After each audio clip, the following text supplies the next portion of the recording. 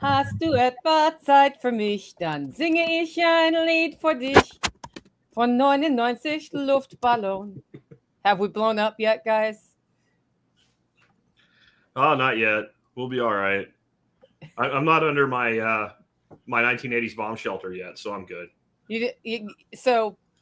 Welcome to the Tuesday Live. And if you don't know what a 1980s bomb shelter is, you can find them at antique stores. They look a lot like little kids' school desks, as if that was going to do anything at all to help in the event of the big one going off.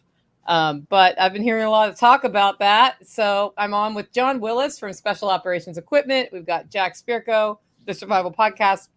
I'm Nicole Sauce from the Living Free Podcast. And we are here to talk about what y'all want to talk about. But let's start with Once Around the Horn. What do you think? Is this the big one? No. Jack? No. I'm not worried about a country who Texas National Guard could take out. I'm not. And I'm not gonna, and you can't make me, and I'm not afraid, so whatever. That's it. John? Well, apparently there was just a bunch of assassinations. Apparently they just took out a bunch of their upper level leadership yesterday again. And I'm just looking at all the stuff they're throwing at us here in the United States as though Ukraine is over with and Iran has ceased to exist. Yeah. The whole Idaho situation, and there's some super weird stuff around that. Yeah, we've been doubling down here on building out what we can in the holler and not really paying all that much attention to the day-to-day. But let's talk about the Idaho thing, because that was an interesting one. I'm not generally for hooking people up by their ankles to the back of a vehicle and slowly dragging them down the road until they are unalive. But had that dude not been found dead, that would have been a perfect punishment. Well, how did he get dead? Like, why are they not saying? I don't know, man, because they said he was found dead, but they also said in the same news release that the local sheriff determined it was time to eliminate him. So was he popped by sheriff's deputies, or did he unalive himself? I don't think we really know that. And they said that there was two aerial assets, two choppers in the air with sniper teams in the bird.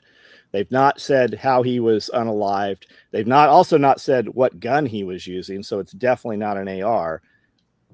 They said it was a sporting type rifle, so it probably was either an AR variant, or something like that. It was a high-powered rifle on the article I read. Which means nothing. Like, the American journalists writing that term should be like, as soon as they write it, their computer should electrocute them because they don't know what they're talking about. Yeah. Right? So we don't really know. I mean, if I was doing something that horrible and I didn't want to miss, I'd probably be using a bolt action. You're going against unarmed people. Accuracy is more important than speed of fire, but the reports I read were a high rate of fire. So it's probably semi-auto. It's probably an AR or an AK or some variant thereof, just because they're the most common. Lots of conspiracy-wise, lots of weird things surrounding the sheriff there. Lots of weird things as to the owner of the Black Hawk helicopter, the corporation, where the bird was apparently registered, goes to just some little random building that has been out of business and shut down for 6 or 7 years. But the corporation or the NGO that holds the helicopter shows millions and millions of dollars of revenue on Duns and Bradstreet. There's a bunch of weird stuff that I don't know who data mined that, but I heard Bear had a bunch of it put together that he was presenting.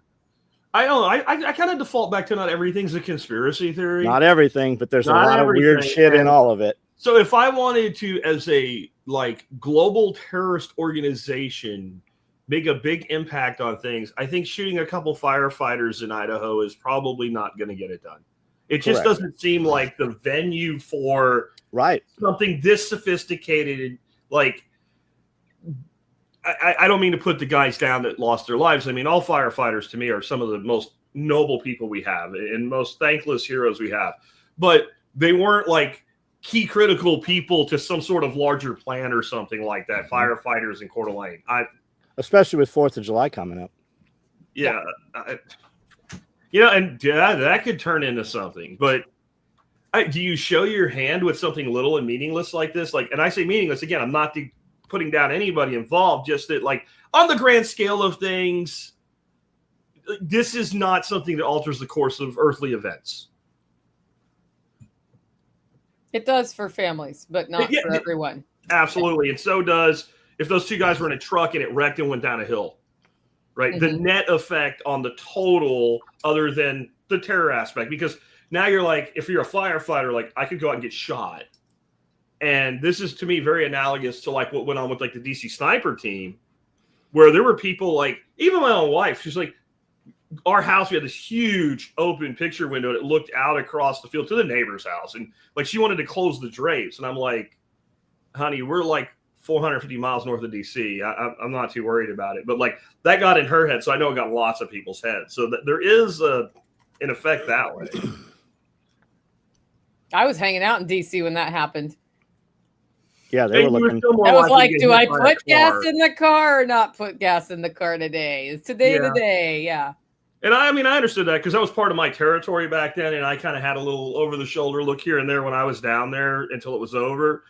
But the other side of that is even if you were in DC, you had a better chance of being hit and killed by a car than shot. Just by the numbers, just by the math. I mean, the world's a dangerous place. It's bad shit happens all the time, unfortunately. Do I think Iran might pull some shit like that? Maybe, but do I think that's where they would do it? I don't know. It just doesn't pass the initial. Do I think Iran's going to pull something? No. Do I think something will be pulled and blamed on Iran? Yes. Like Iran, like all the people that are going to run terrorist operations, it's going to be Iran. No, they're going to blame it on Iran.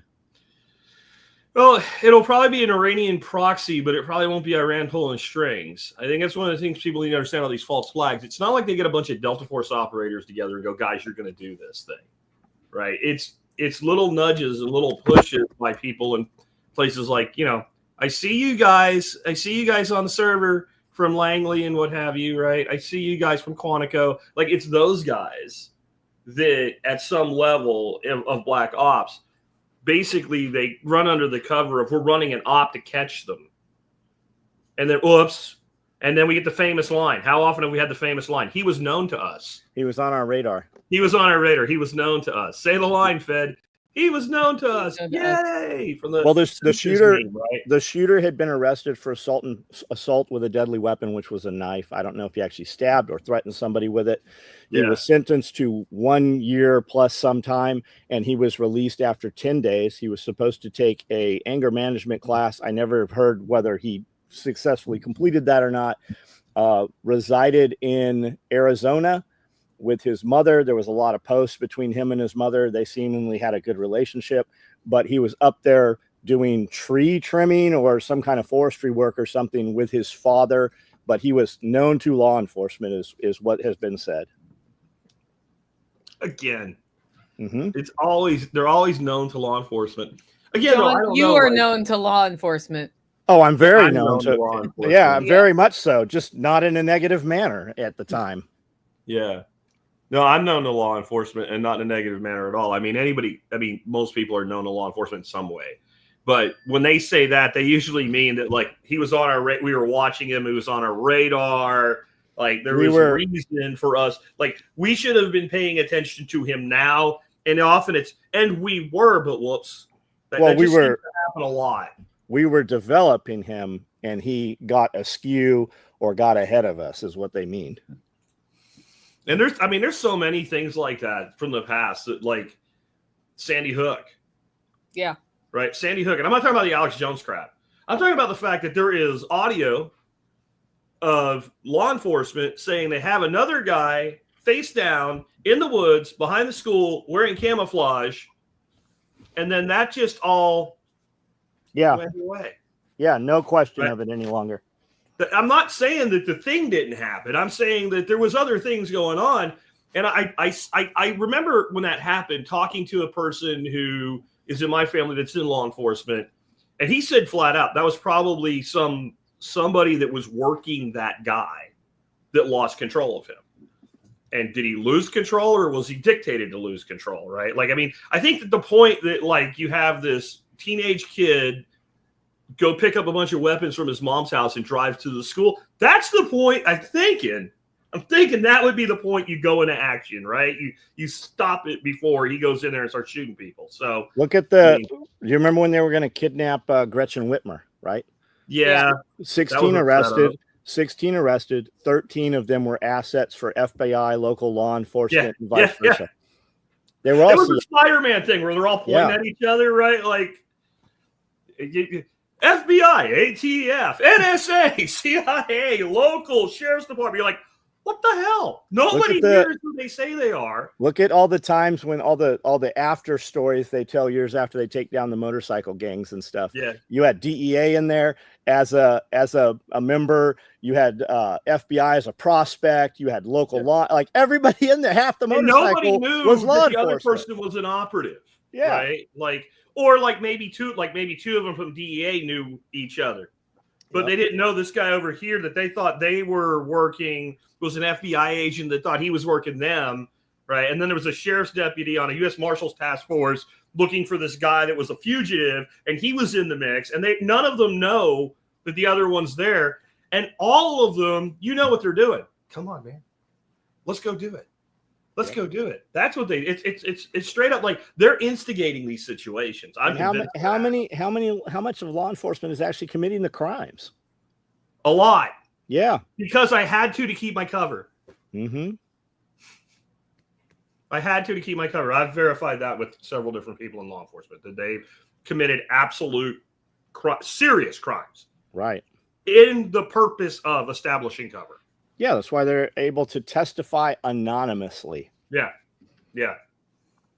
Well, it's been interesting to watch this in the context of I'm actually digging into the Fourth Turning book. Which I sort of listened to once, but I'm reading it now. And they're talking about like in that fourth turning right before crime moves up and isolated instances of violent outbreaks from the individual. Yep. However, Jack had a segment, I think maybe 6 weeks ago about we're on the other side. I think we've been living through the fourth turning. Yeah. I really do. We have to have war. We had 20 fucking years of pointless war. 20 continuous years of war. I'm thinking that qualifies. Look at the crime rates. The crime rates skyrocket. Well, they did. Inflation skyrockets. Trust in institutions reaches an all-time low. Hello? Yeah, banks collapse. What box have we not ticked?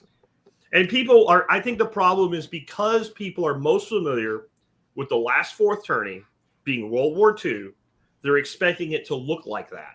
Well, if you go back to the book Nicole's reading and you read all the turnings, right? None of them look exactly the same. They just have certain characteristics. So if you're waiting for World War III to be the fourth turning, you haven't studied history enough to understand what a fourth turning is. And we don't always get four. And that's a 73-year cycle. Is that what that says? The fourth about turning 80 to 100 years. And in the Civil War fourth turning, we skipped the third. We had the first, the second, and the fourth. We went straight. Like there is no guarantee you get an exact replication of the pattern. And when I look at where we're headed next, this looks like a reconstitution to me. And then you get a high, and everybody thinks that a high means everything is super, everything's wonderful, and everybody loves me. Well, the 50s and 60s were a pretty good time to be a blue-collar person in this country, but it wasn't nirvana. I mean, there's a lot of people, if they think it was so much better back then, if you picked their little young ass up and dropped them in 1952, they'd fold up in a ball on the ground and cry themselves to death. Well, you had to work hard. Yeah. You didn't have air conditioning, but you had to earn it. I mean, yeah. Well, everybody was working hard, and you didn't have the luxuries we have today. Yeah, like real work. Baseline luxuries like 5 t-shirts a week. You might not necessarily have 5 shirts a week. Air conditioning, running water, flushing toilets. Air conditioning was a still big outhousing luxury. It, man. Yeah. My grandparents installed their bathroom with a flushing toilet in 1958. I mean, yeah. When we moved here 20 years ago, there were still people in this county that had outhouses. There still are people with outhouses. Of course there are. I mean, I have outhouses. Yeah, well, that was their primary hole. Yeah, they're hauling water to their properties. Yeah. And it's still allowed. Allowed. Yeah. Yeah. I dare you to prevent me from having an outhouse. That's going to... What are you going to do? Take it away? Steal it? How would you even know? Somebody will be by to tersely. I mean, I'll just put another one on top of it, right? You know how you do that if you need to. you get a used Porta-John and cut a hole in the floor. Yeah. Then it's just a Porta-John. Yeah. You can buy those. Like, Well, you can buy brand new ones. You could probably buy a new one for less than you can build one if you were using new lumber.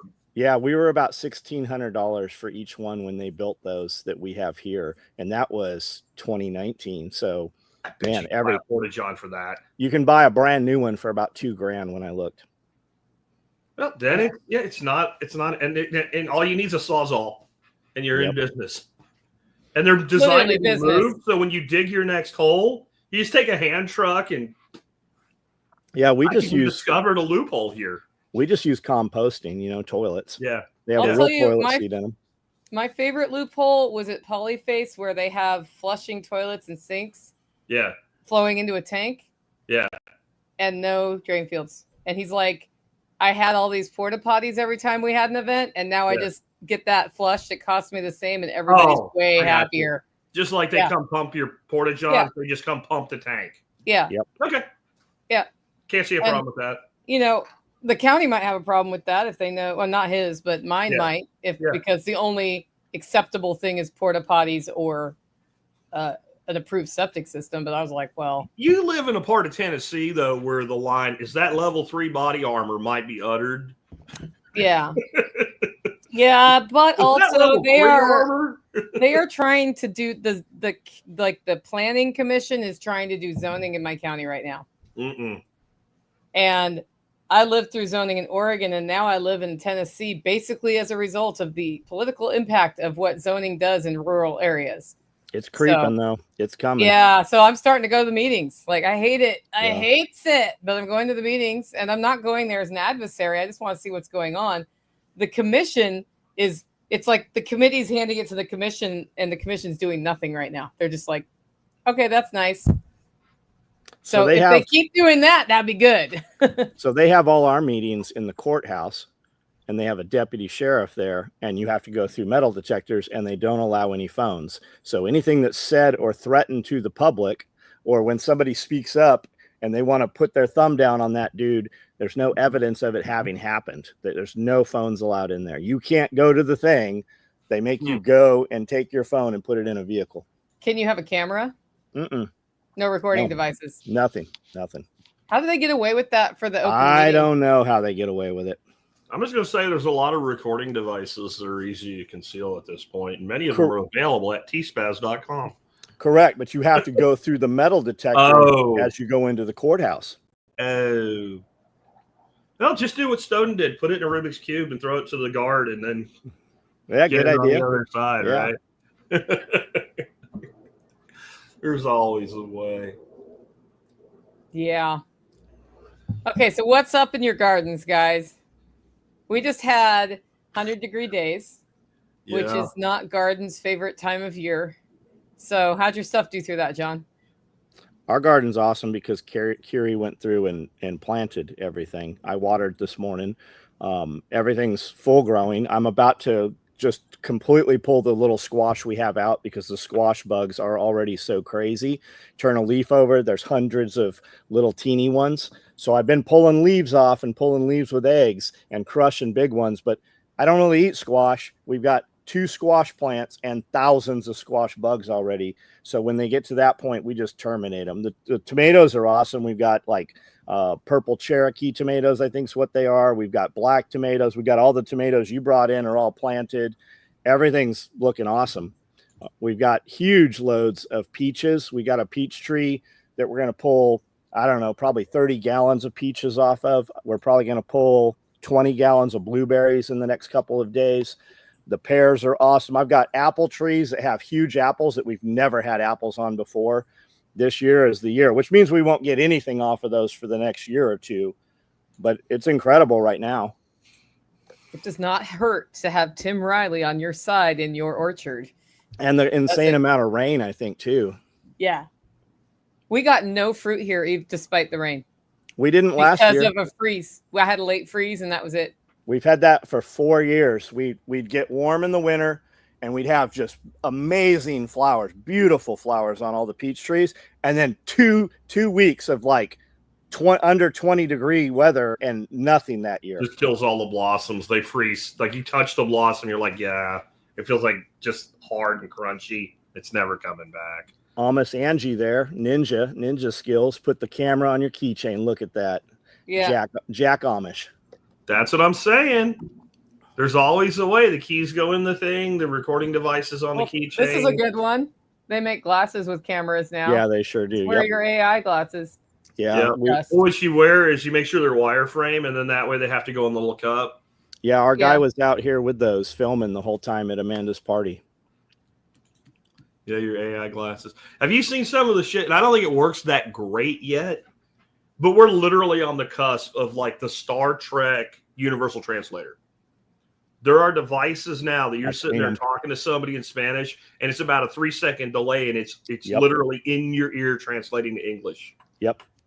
And I watch YouTube channels where dudes are walking around China just speaking into their phone back and forth, and it it takes a few seconds longer, but it's very doable. Yeah. Yeah, but that's like you talk all, and then the guy has to wait and back and forth. Where like this is going like real time, so like you're still talking, and I'm just hearing like 4 or 5 words ago, and so it's kind of like being on a like a sat radio with like a 4-second delay. Yep. And then when I talk back, if you have one too, it's just going back. It's literally the universal translator. I've seen the commercial for it. The dude's like, I know you hate going to my parents' house because they speak Spanish. I got you this. Yeah. Yeah. Yeah. Get an ankle monitor. They hold all kinds of stuff. I just carry my garage door. That's interesting. It just has to look like an ankle monitor. You can't tell me to take it off. It's an ankle monitor. Yeah. There's always a way. It probably already exists, Jack. Yeah. I bet you. Phony ankle monitor? Oh, I guarantee you. Yeah, phony ankle monitor camera. I guarantee you prop companies sell them. Yeah. You think those are real ankle monitors in movies and TV shows? I'm sure. But I mean, our meetings are live streamed, I think. I'm sure you can buy I'm sure you can buy a real one and just take the guts out of it. Even. Yeah, you could do that too. But it's probably cheaper to buy a prop one. They even sell prop money. You could probably trade it looks so close, and there's just little things on it that make it really obvious that it's not. Just go to Walmart and find the dude wearing the ankle monitor and trade him some gift cards for it. I'm sure he'd come off of it. That might cause a problem though. So you're sitting there taping the thing, and the marshals come grab you, right? Like, you're not supposed to be there. I'm not him. Yeah, well, you still have a problem. Stolen government property and illegally recording a government. There we go. Decoy ankle monitor. $50. I don't see how anything that's public and government can be banned from being recorded. I don't. It most definitely is. You can see it in the local Facebook group.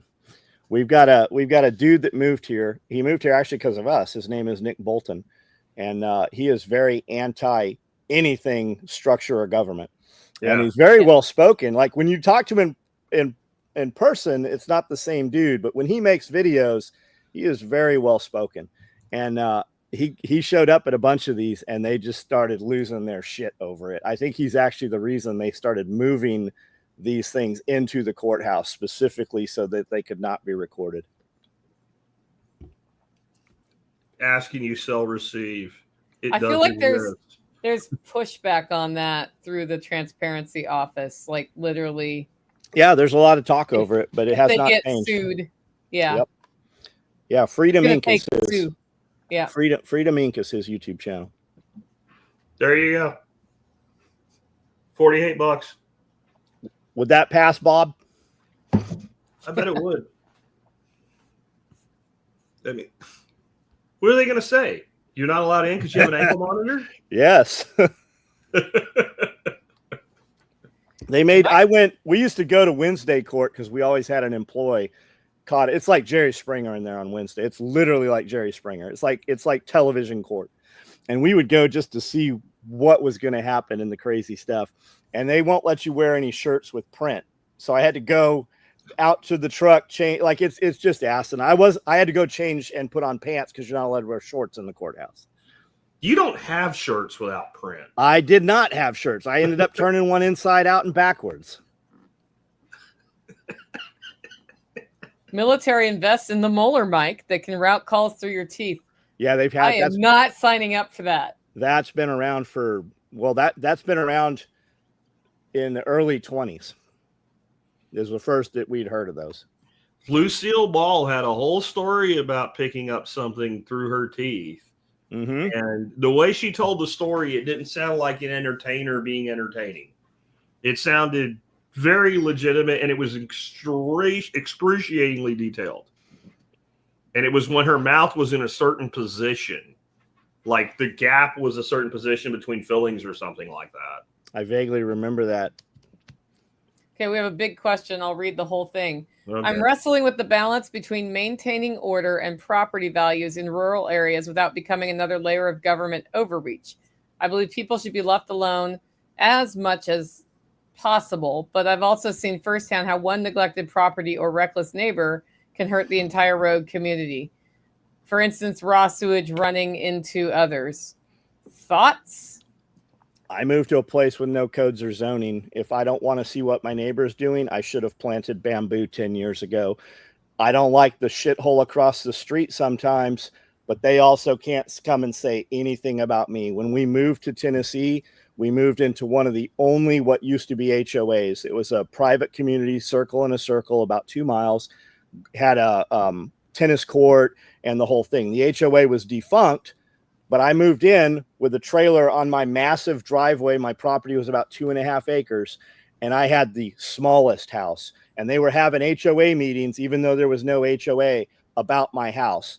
And having the property I have now, I have enough offset. You can't see what's in the property. And the best thing we ever did was put up gates and fences. But just the same, I don't get to say what my neighbor does, the same as he doesn't get to say what I do. Yeah, I'm with Tom here, which is raw sewage running onto someone else's property, a direct violation of the other person's property rights. What you do on your property is your business. When it impacts my property in the form of raw sewage or you're felling trees on my property, then that is an area where something should be done. I look at in my county, they have banned crypto mining facilities without them going through a pre-approval process because people don't like that big buildings have lights. And the massive booming, the droning sounds. So instead of targeting crypto mining, they could have decided that, noise after a certain time at night is not reasonable if it's audible on somebody else's property over a decibel, right? Like decibel reading, like it has nothing to do with crypto mining. If your neighbor is blasting, Beastie Boys rap from the 80s and your walls going, you have the same problem. So my problem with all the noise ordinances and things like that is they never specifically specify what exactly is like, where's the threshold? Like, whether we agree or not, at least DUI laws say 0.08. So 0.07 ain't, right? And 0.09 is, right? And it's a very clear thing because I've had shit with I was sitting on my porch at this apartment I had back when I was in my early 20s, and I'm listening to some music, and it's like soft jazz. And the cop is literally standing halfway up the stairs. I'm on the second floor. So he's 15 feet from me. He can't hear it where he's standing. But my neighbor behind me has complained about it, and he wants me to turn it down anyway because it's a nuisance. I'm like, bro, you're telling me you can't hear it right now. He's like, yes, I want you to turn it down anyway. I'm like, then write me a ticket. And he got all pissed and he left. He didn't write me a ticket. But he honestly could have because it's subject to his judgment. It's who's easier to appease, right? Yeah. It's just like when the mob was outside the house and the dude pointed the shotgun and they arrested the dude in the house. Yeah. Because they can't arrest the mob. No. They can't. It's easier to appease. We can just remove the peace from the situation. We don't care if they burn his house down while he's gone. Yeah. As law enforcement, they don't care. It probably didn't hurt in that situation that it turned out that the guy that was talking to me, and we had a longer discussion, my brother-in-law was his supervisor. Yeah, that's probably why he left without writing me a ticket. Karen's complaining about the fireworks. You're going to see a ton of that. It seems like there are a lot more. There are a lot more fireworks stands this year than I have ever seen before. And we have a lot of new influx of people from the coast that have never been here for the 4th of July, and they are going to lose their shit over my animals are scared or whatever. Like, I don't know what to tell you. It's the 4th of July. My animals are going to be scared. It's up to you to take actions for your animals because you know it's coming. We have the same thing because this place here is like, it looks like a war zone. And it'll go for about 6 hours on the 4th, especially with the 4th being on a Friday. And it will go again on Saturday. And it will go a little bit on Sunday. We call it the dog wars because the dogs don't like it. But that's our responsibility. It's starting Thursday if it hasn't already started, though, right? We've had a few salvos and like skirmishes go on already in the dog wars. But it's already started like on next door. The Karens are out. And it's every excuse in the world not to do it. People get hurt. People blow their fingers off. Like you don't care, Karen. You don't care. Veterans have PTSD. Yes, they do. There's one on my property who does. He doesn't love it, but he doesn't complain about it. Well, and so we're like this little island where we're allowed to do it because we're unincorporated. So if it's really that big of a deal for you, leave. Right? I shouldn't have to leave. Well, your neighbor also shouldn't have to like completely change the way they live life to accommodate you. Like it's give and take. It's, what we're back to is the same debate always. Do you value liberty and freedom or safety and security?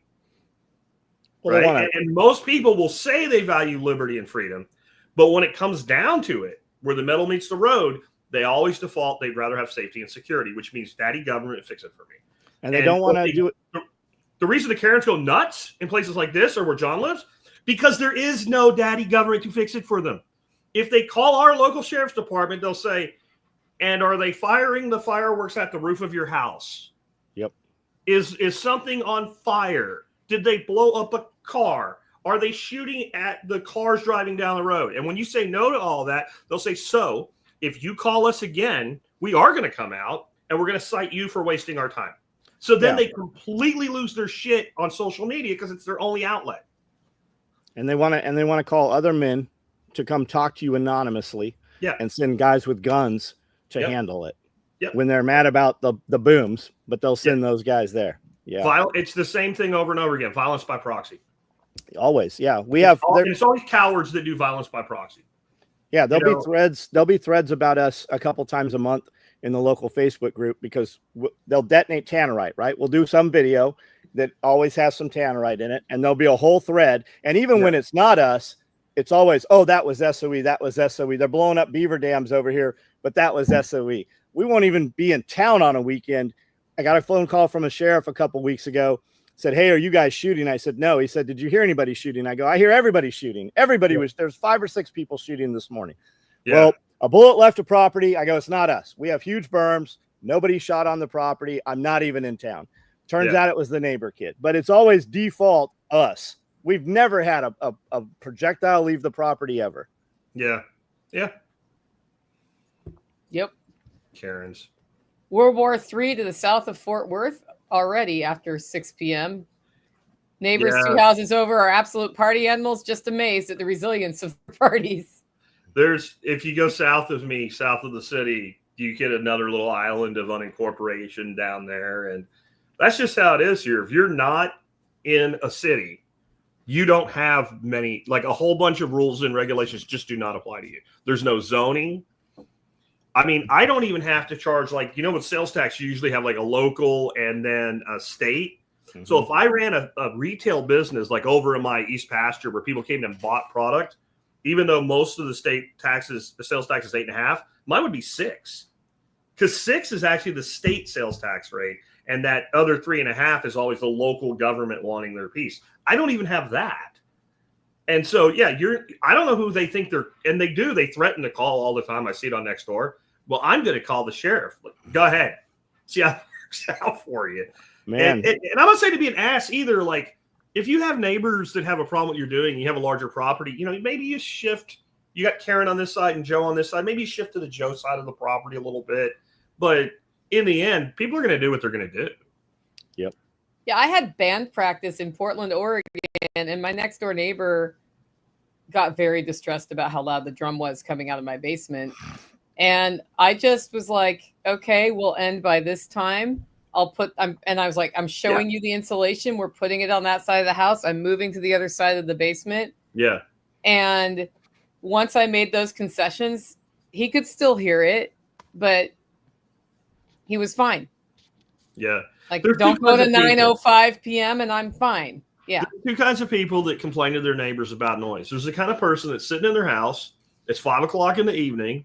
You know, they're watching TV and they can hear your noise louder than their TV. And that person generally is looking for some level of accommodation like you had. And then there's the person that's literally on their porch listening, looking for something to be upset by. And they're generally, that's like the boomer generation that seems to do that a lot. And I see it as an extension of what you see on social media with like the young people that are looking for something to be offended by. They're just in different places that they're seeking their offense, right? Like the Gen Zs are worried about canceling Dukes of Hazzard or something. The show's been off the air for 40 years and you're worried about it. Like I don't get it. They just need bigger properties. Yeah. Aaron That's says the first thing we need is even our subdivisions. They're on top of each other. It's so ridiculous. And I get it in some places where they don't have a lot of land. But in most of America, there's no reason that subdivisions shouldn't be at least kind of like half-acre lots. I've lived in subdivisions with minimum 1 acre lot, and you'd be surprised how much better neighbors get along as soon as you do that. We've been seeing all these beautiful lots. Like we were in Columbia, Tennessee last night. Absolutely beautiful properties. And there's these huge developments going in that say efficiency or affordable apartments.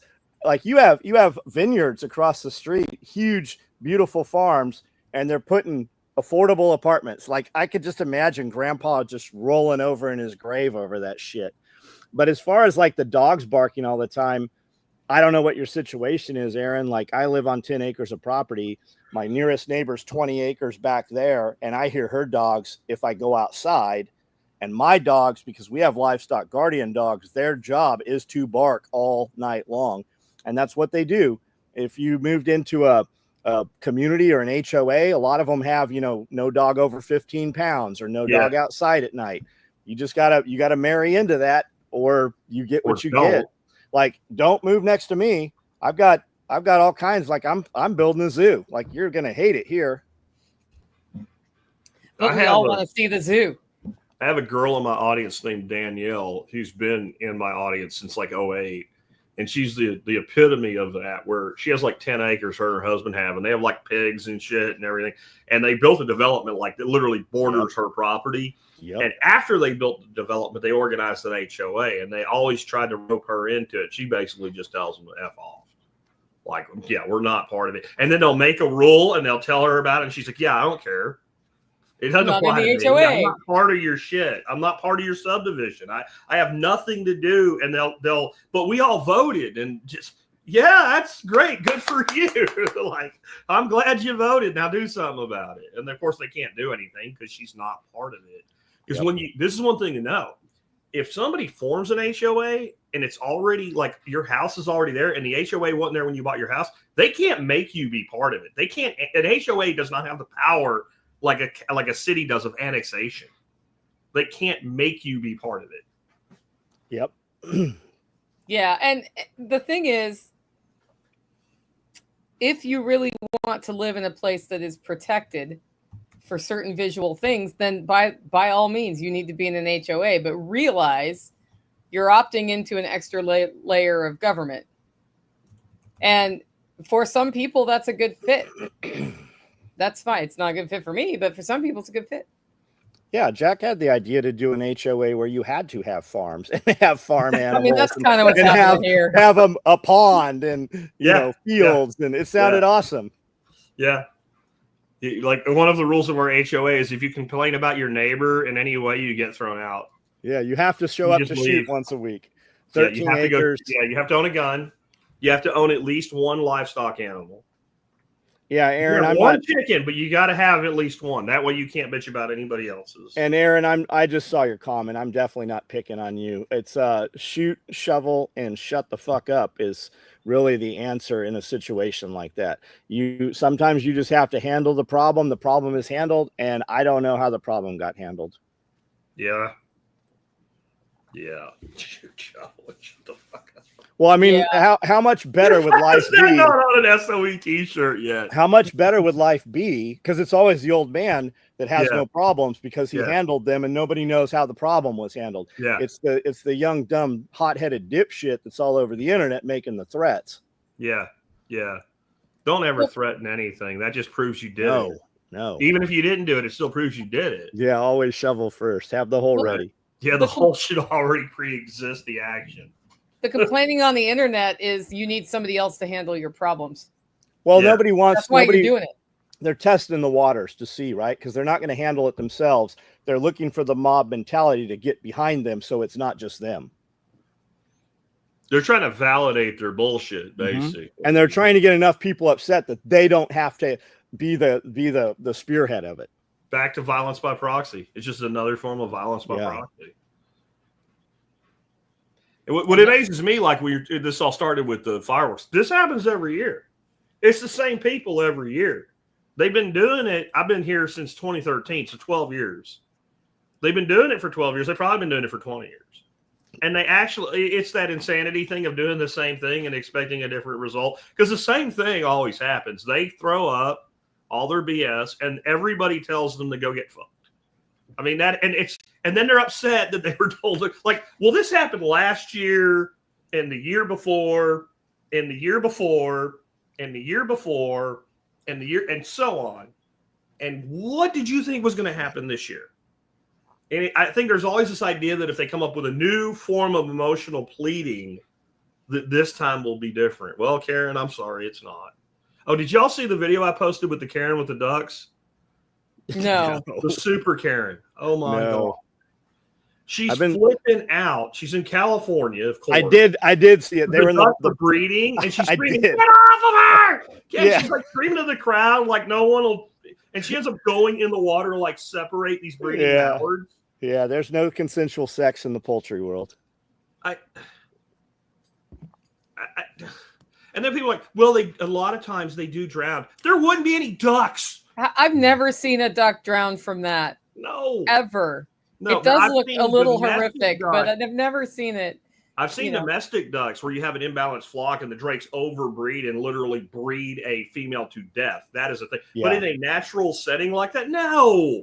You see that in chickens. I mean, she is losing her shit. And you're like, man, we got to put, like, controlled substance needs to start including Franzia, I think, and SSRIs. Like, there is something really wrong with the world that there's people like this that do this in public. I'm not saying there wasn't crazy 25 years ago, but crazy wasn't on display. And I know we have a lot more people with devices recording it, but if it was going on, you'd have heard about it 25 years ago, and you just didn't at this kind of frequency. They probably need cannabis like that. Yeah, that would help that. Yeah. And they need a nice, mellow, relaxing form. They don't need the energetic one. They need to like go to sleep and shut up one. They need a great big old blue edible is what they need. I suppose. Dense plants capture a ton of sound too. Like when we moved on the property, we had tons of pine trees, just tall, skinny, thick pine trees. And when the state came through and cut those down, you heard all the road noise. Every semi truck, you really hear it. And we're just waiting to see where they're going to cut that line, and then we're going to put bamboo or heavy something in there that'll just catch all that sound. When we lived in Pennsylvania, we had 2 rows of some kind of spruce, and they were spaced so they looked nice. And there was a second row, and the second row was lined up in the spaces, so it was like a baffle, and you couldn't hear shit from the road.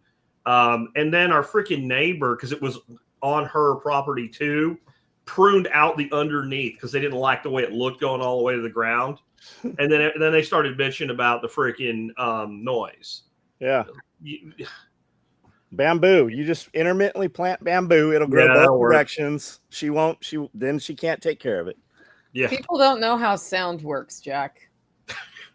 The question actually is, what thing do people know how it works in general anymore? You know what? I was talking to Alan Booker, and he said that they are doing basic earth science orientations with students because they don't know that the sun rises in the east and sets in the west. They don't understand how the planet goes around the sun and the tilt for winter and summer. Like those basic things. You mean the shit we learned in like 6th grade? Yeah. And he's Alan, so he's completely non-judgmental about it. He's like, I can't teach permaculture topics if you don't know, The sun how rises rain in works, the east and sets or in the west, and it's got a lower angle in the winter than it does in moon the summer. cycles, or like tides, or like all of those things. Shadows are cast based on solar positioning. Like, Yeah. What contour is and how it's everywhere, but it's not where you think it is. And I think this is I'm starting to see this as a fundamental problem that I've seen it really heavily this last 2 weeks in the Bitcoin space, but it's the same problem. You have all these people that think they're economic geniuses because they saw a video 5 years ago and they bought a few $1,000s worth of Bitcoin and now it's worth $10,000. So they must be a genius because they had success. But they don't know anything about finance, economics, bonds, stocks, ETFs, trading, financing, loans. They have an economic IQ of about 3. So I'm sure you saw last week this big announcement came out of the Federal Housing Administration that said if you have a lot of your net worth in Bitcoin, when you apply for a mortgage, you can now use the fact that you own that Bitcoin as part of your net worth equation. It's not collateral. It's you have it. So it would just be like saying, I have $200,000 in the bank. That way they know you're not broke after the down payment and you take the loan. Well, to do this, because it's Freddie Mac and Fannie Mae, if you want whatever amount of Bitcoin you want attributed to your net worth, you need to put it on a recognized exchange and apply for the mortgage. And then after you get the mortgage, you can put it right back in self-custody. You cannot explain that to these people. They keep blathering off about you have to surrender your keys because it's collateral. They don't even know what it is. And that's one thing. It's one thing for a person not to know something. But when you explain it to them, like if you would read the letter that you're upset about, not even what I'm saying, if you just read it, you would see that. And they lose their minds. That's what I call willful ignorance. It's not just that they weren't taught. It's that they refuse to learn because this is not a hard concept to grasp. I'm sure everybody listening to me right now that's not a special person understood exactly what I said. If you didn't, what I'm saying is when you get a mortgage, there's a collateral component, which is the house itself, and there's a financial health equation. Should we give this person a loan? And how much are they worth is part of that equation. That's all that was. It's the best news that we've gotten on Bitcoin the last month. And they're angry about it and upset about it and screaming and shrieking about self-custody because they're economically illiterate by choice. And I think that, like what you described with Alan's students, it's just like nobody learns the fundamentals of anything anymore. And those are handy pieces of information to have. Like literally, if you pop out of the ground like a prairie dog in New York after being in the subway and you need to know which way is south, and it's a little harder to do in New York. You know what time of day it is. You have an idea of which way shadows are casting, right? Yeah. New York's probably not the best example for that. No, it isn't because the sun is, but actually it is because that is a situation where you come out of the ground disoriented or DC, and you can tell by which way the trees. There are trees in New York, by the way. There's a lot of parts of the city though you can't see it. You can't. So then let's talk about map orientation. If the number go up, you ever have somebody draw you a map and you're like, what the fuck is this? And when you realize they have south that way on the map to the right, and you're like, okay. Now you got to read it sideways. And they don't understand why that's a problem. Like literally every map in the world, I've been corrected because there's always the person like, well, actually. So cave maps are not that way. Okay, it's not a fucking cave, all right? Every other map on the planet, right? North is up for a reason. Because there has to be a standard so that all maps work the same. It could be down for all I care, but it has to be the same. And this is the convention of cartography and humanity. And you're back to what you were saying, Nicole. This is a base skill that you should kind of have mapped out by 6th, 7th grade. A 6th grader should be able to look at a map and go, which way is north? Well, it's up. Well, which way is west? Well, it's that way, and there's east and that's south. I could. Not because I was smart, because like we actually learned that. But if you want to sell agendas, you can't give people information. That'll ruin it. How can you teach people about climate if you want to sell climate change as being caused by CO2? You can't teach them about climate, because then they would actually question what they know about climate versus what you're telling them about climate. So you have to, what I think we've had is a reductive approach to education. Like anything that starts to cause a problem with intelligent questions, questioning authority, let's get rid of that so people will stop asking those questions. And that's facilitated by GPS, because the view, like I remember this when I first started using GPS it was like a disorientation because it was showing me the view in front of my car. And then I got used to it. And then I didn't know there was a setting you could do, but I was using it the other day, and Tactical was in the car with me. He changed it to north is north. Oh, on you. And I was like, what's going on? It looks different. He's like, well, north is north. I was like, oh, okay. Yeah, that's actually the way it should be. Yeah. But that's why they draw maps that way. Like my perspective is here, so the map is from my perspective. Yeah. Yeah, the first GPSs always showed north is actually the direction you were traveling. Right. So what I mean is the way you were traveling was up, even if it was west. Yeah, that's the way the phone defaults now. Yeah, I don't like that. I like it to be like a map. I know how to read a map. So I want north up and I want south down, and then we're good. Yeah. It's not a video game. I'm not in a first-person driving game or something where I'm like, I guess that's what Tesla needs to drive, but I'm not Tesla. I just need to know how to get where I'm going. And by the way, can anybody under 30 get somewhere without a GPS today? No, a lot of people over 30 can't. Yeah. Including places they've been to like 18 times. You know what I mean? Like they've been there over in like a friend's house, but they can't get to their friend's house without turning the GPS on. Yep. I can get to John's like multiple ways. Yeah. Like 4 or 5 different routes. And the first time I went, I totally used the GPS, but it's such a simple place to get to. Once you know, I don't need it anymore. Go north, hit that, and go that way. Yeah. Watch out for the guy with the forklift at that one corner. Yeah. I do. I've almost hit that forklift like 5 times. Or shit falling off the forklift. For this reason. You ask somebody, where is John's place, right? If you've never been before, or where's my Airbnb? And they start talking to you like you lived in a place your whole life. Well, take the 41 down to the 383. Take that north over to they stop. I don't know any of that fucking shit. And if I did, I wouldn't have asked you where it was. Give me an address. Shit, it's even beyond that here. It's follow the fence line to the red barn, turn. Like they don't even know the names of the roads. Yeah. Or like they where go the down, quick and easy used to be. Turn left. I love the stuff like go down. Like you ask an Amishman farmer directions in rural Pennsylvania, and be like, well, you can go about half a rifle shot down the road here. Look for the big tree next to the mansion to make a right. You're like, well, that's actually not that bad. That's probably 3/4 of a mile, and I'll look for a big tree in a mansion. And you drive down, there's like 40 huge houses, and it's just giant cathedral oaks everywhere. And you're like, well, that's not going to work. You know? Which one of those is the mansion? Yeah. Well, they know because they've always called it that. But if I knew where the mansion was, I'd know where the part of the creek I'm trying to get to fish is.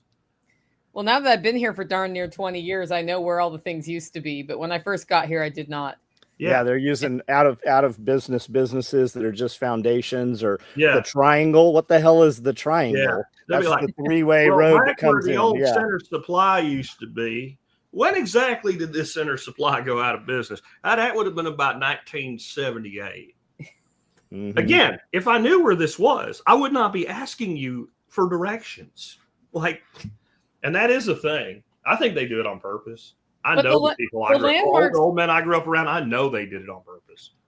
The landmarks are helpful now that the cities and states no longer think it's a priority to put street signs back up when they are taken out by drunk drivers or whatever. Because that's the other thing is I'll be going somewhere and it's like I need to turn right on Davis Street. and I'll have the GPS on, and I'll be like, that was Davis Street, but there was no sign. There was no, and where I live, you don't even know that it was a driveway versus a road because they kind of look the same here. And I don't remember a lot of signless streets growing up, but now I see them all the time. Like this one from Kevin. He says, I have a copy of an old deed that references a property corner to the stump where Jed shot the bear in a legal document. I have a red oak in my property description. Yeah, we have an oak or something as one of the corner markings. Yeah. Remember, Nicole, the Airbnb we shared a couple times down in Bastrop? And the chick, Kathy, that rented it to us, and said when you turn on this road, the sign's not there because it's been stolen so many times. The county gave up on replacing it, and it was called Lone Star Road. Yeah. So because it was a cool name, people were just taking a ratchet and stealing the sign off the post. Need to change the street names. Or just, I don't know, 2 seconds with a tack welder on that nut. And you ain't doing that shit no more. Yep. Of course, Billy Bob will be out there and cut the hole. Yeah. Your copper thieves, they'll do it with their teeth. The ones they have left. Yeah, they eat sheetrock and gnaw through copper. All right. Anything important going on in the world we should be talking about? AI. I'm taking your course, so I'm exactly a week behind right now. You need to catch up. This is a hard week for people. This is building email auto sequences, turning wins into proof today, problem content offer tomorrow, website landing pages on Thursday or on Friday. And then next week, we're going to lead off with stealing from others. Cool. Not really. My philosophy has been do each lesson all the way and do it well. And if that means I'm slower, then I'm slower. Yeah. But then after the first couple weeks, I was like, and I need to change how I'm organizing the whole thing. Yeah. It's worth stopping and doing that now that I see how it works. I think people are figuring out why it's a 40-day course now, because the first couple of days you're like, oh, that shit was easy. And now we're kind of moving into like advanced marketing, like upper graduate level shit. I also chose a business that does not exist, and that has slowed me down. Oh, yeah. Yeah. So one of the things we're doing today, we're building customer testimonials into messaging. And that I had to actually, in my morning briefing, tell everybody that might seem like an ethical issue, because we say if you don't have any yet, make some up based on what you know about your product. But my explanation was, you may have a business you're working on that don't exist yet, or is very new, and you need to learn the skill. So I'm not saying to use the output. I'm saying you need to learn how to do it. Right. And like, that's really important marketing thing, is like customer testimonials. People will believe someone talking about you more than they'll believe you talking about yourself, for good or ill. Right. What I said this morning is, imagine this, John, you live next door to me and you have a contractor come in and talk about remodeling your bathroom for you. And he gives you a quote that seems about right. He seems like he's legit and he's been around a while, and he leaves. And I see him leaving and I say, hey, John, are you thinking about having him do your bathroom? And you go, yeah, I used him 5 years ago. He was great. You're calling him right back up and fucking hiring him. But if I say, oh, that fucker, yep, he was 3 weeks late. He had people walking through my house and left my doors open. The dog got hit by a car. There's nothing he could say now to get you to hire him. Yep. So that third party reference marketing, telling a story, that's where we're at today with it. Yep.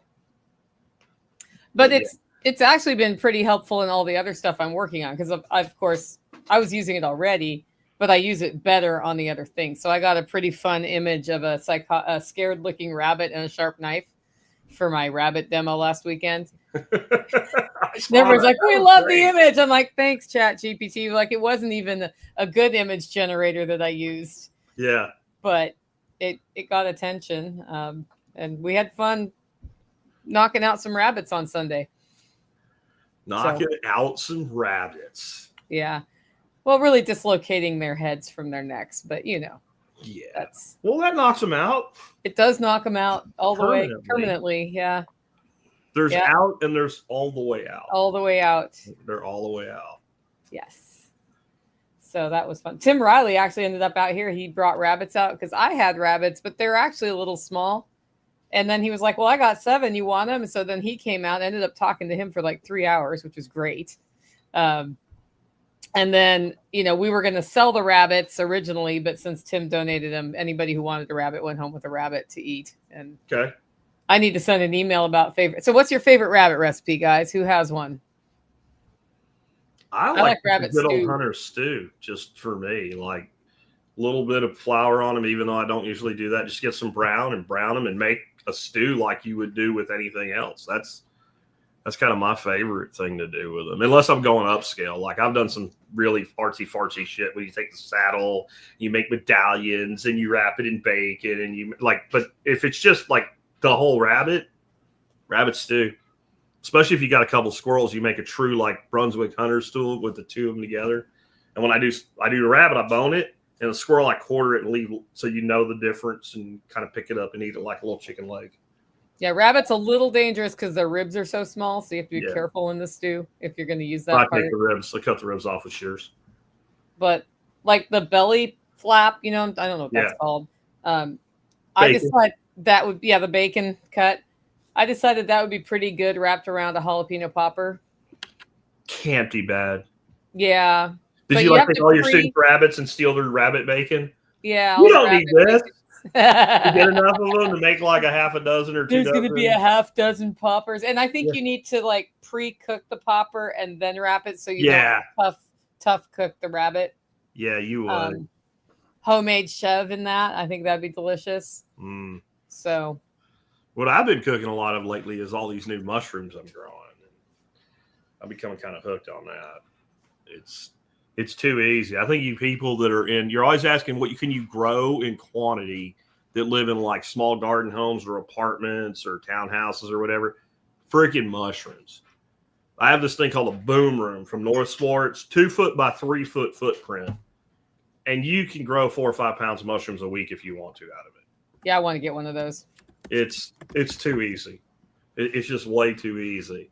And as much as I've struggled to do it, and I've had some success and failure doing it with like a bag tent or whatever, I put this stuff in this thing and just exactly what they promised. Boom. And you guys, I think, Nicole, you probably saw the blue oysters I harvested yesterday. They look like kings. They're super tall, long stems. They look like $20 a pound mushrooms, which is, I guess, is what they are. I'm growing lion's mane, Italian oysters, pink oysters, blue oysters, king oysters, chestnuts, pepinos. It's just too easy. Yeah. Yep.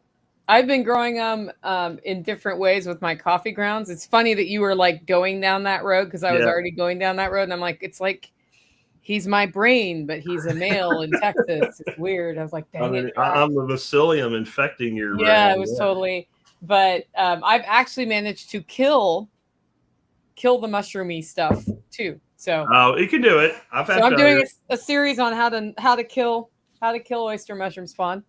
Yeah, exactly. This is pink oyster, and you can see the bottom's kind of funky looking. It's all grown from stems. But it's just the last cluster I harvested. I just took the thick part of the stem and sliced it thin and put in the bottom of the jar. The key when you're doing this, building these cultures up, is don't put it in the jar and fill the jar.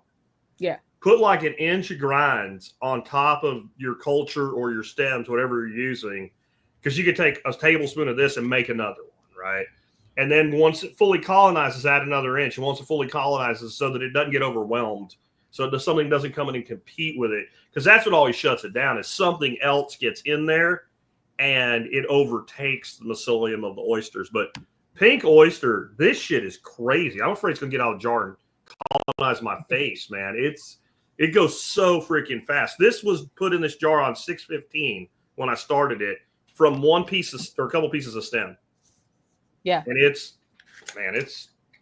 I just missed the flowering moment on my last one, and then bugs got in, and I was like, well. Yeah, that'll ruin it. And then it turned dark brown, and I was like, that's not good anymore. That's now compost. Is there any calorie load to mushrooms? Yeah.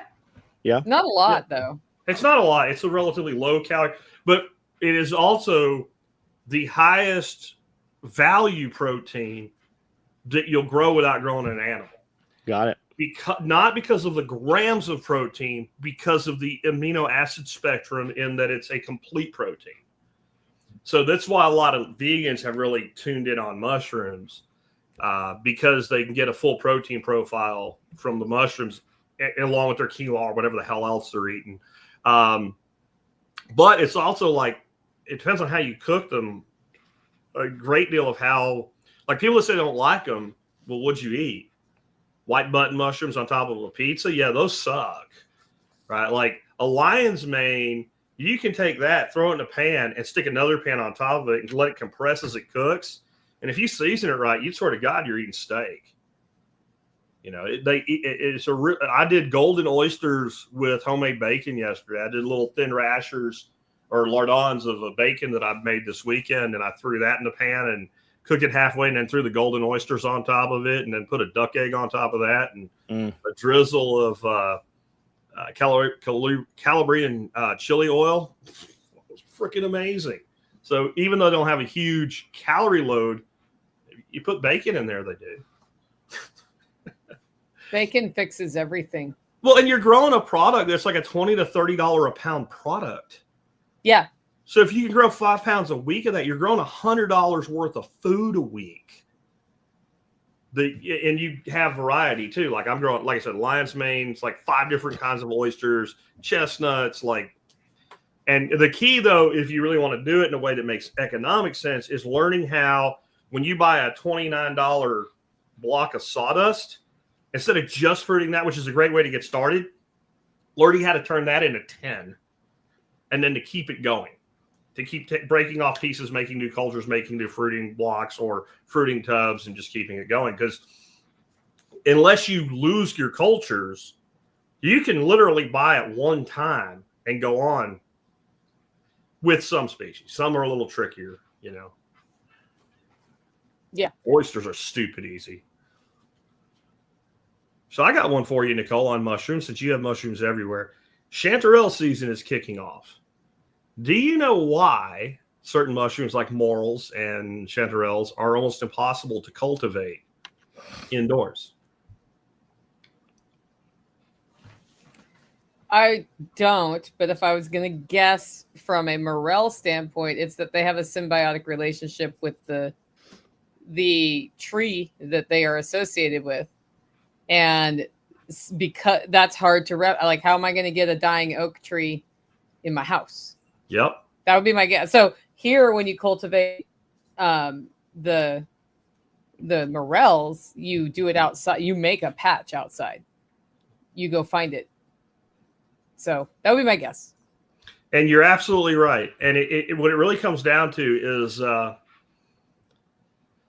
there's 3 main kinds of mushrooms. And I'll probably say the first one wrong, saprotrophic, which is what most of us grow indoors. And that means that they grow on decomposing dead organic matter. There's mycorrhizal mushrooms, and they do symbiotic relationships. Those are your chanterelles, right? Those are your morels. And so they need that living ecosystem to be part of. And then there's parasitic, and that basically they attack living things and infect it. And then a lot of the saprotrophic are actually like both. They'll start out as a parasite, but it's only when the plant is really weak. So those 2 we can grow indoors really easily. And I've always wondered about this, and I've started to like really learn more about it. And this is why we can't reliably cultivate some of these really expensive gourmet mushrooms, because we don't even actually know. We don't really know what the trigger is for it, 1, to myceliate out, but 2, to fruit. So we'll say, well, this particular thing is so we can look and say, well, it likes ash and it likes oak and it likes these kinds of oaks.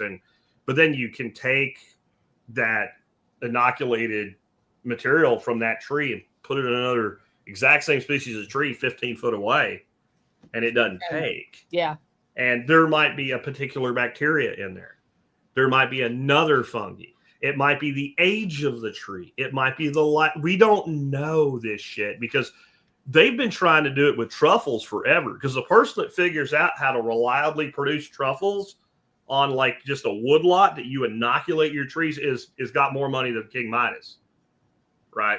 But nobody's like, for every 400 attempts, they get 1. And no one knows why.